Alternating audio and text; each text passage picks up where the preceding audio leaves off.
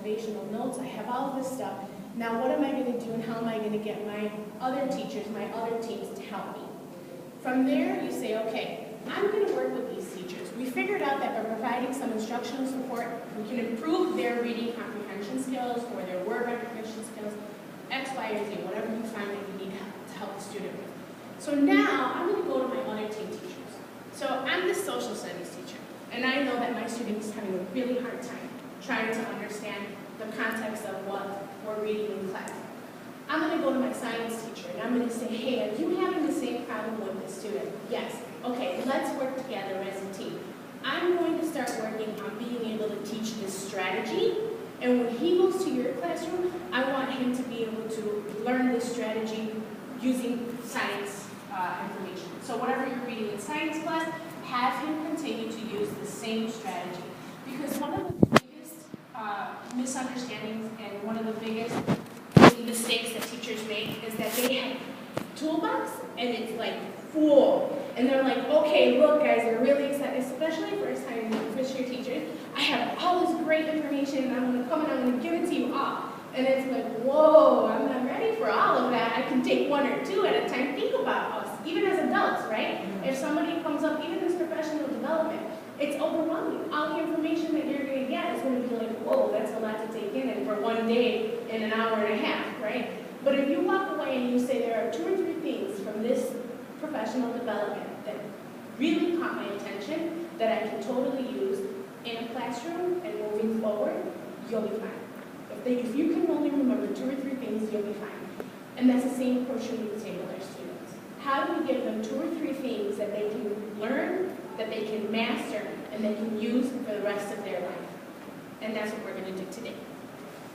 So once we've already had that shared experience with teachers, we identify the strengths and the needs with the other teachers or with whoever else is helping us. We continue to cycle all the time until the student gets to where they need to be.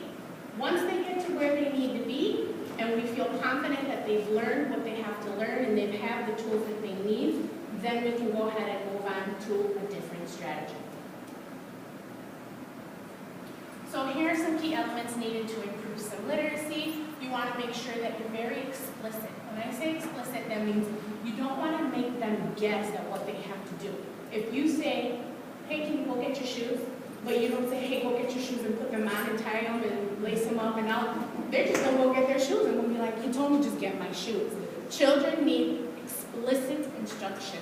So if you say, we're going to use this reading strategy on decoding, and you don't model it, you don't scaffold it, you don't show it, you don't give them an opportunity to work with you on how to be able to do it, they're not going to get it. So explicit instruction is very, very important when it comes to teaching these strategies.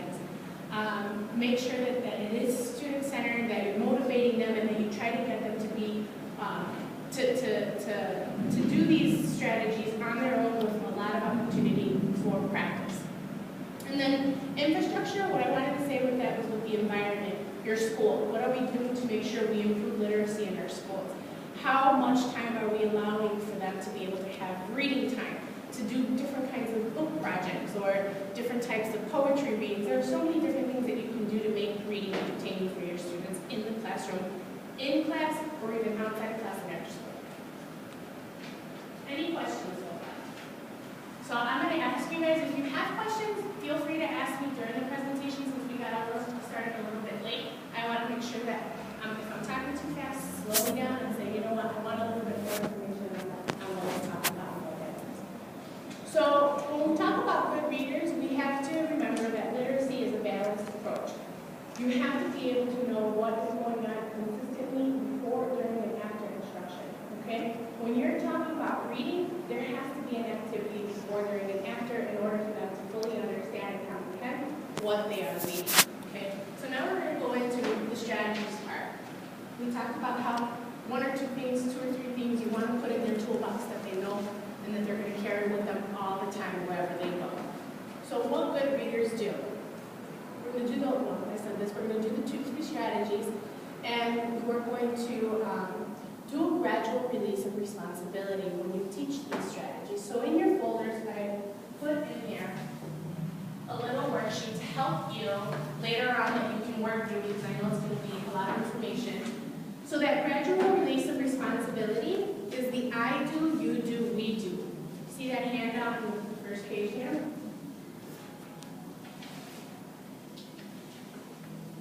Name your strategy.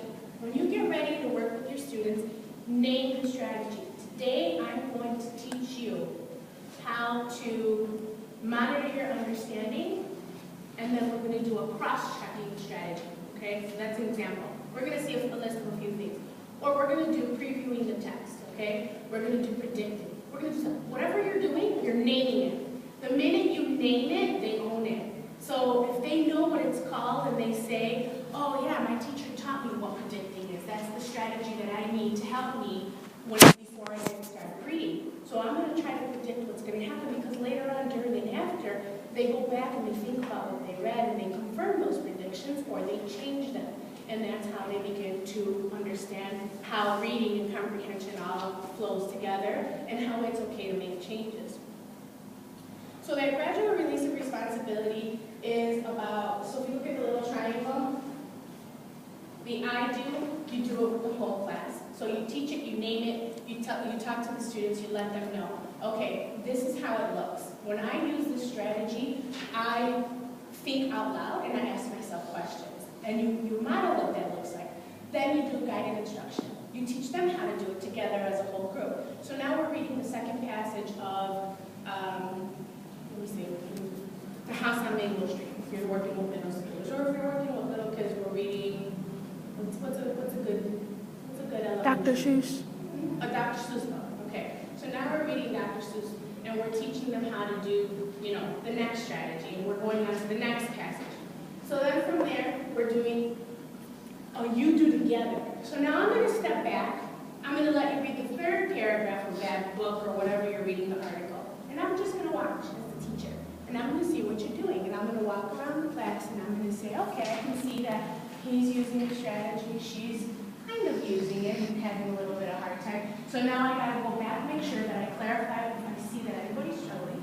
And then the final thing is for them to do on their own. Once they can master it and do it on their own is the only time you should be able to move on to the next strategy, because if not, you're going to give them too much information and they're not going to be able to do it.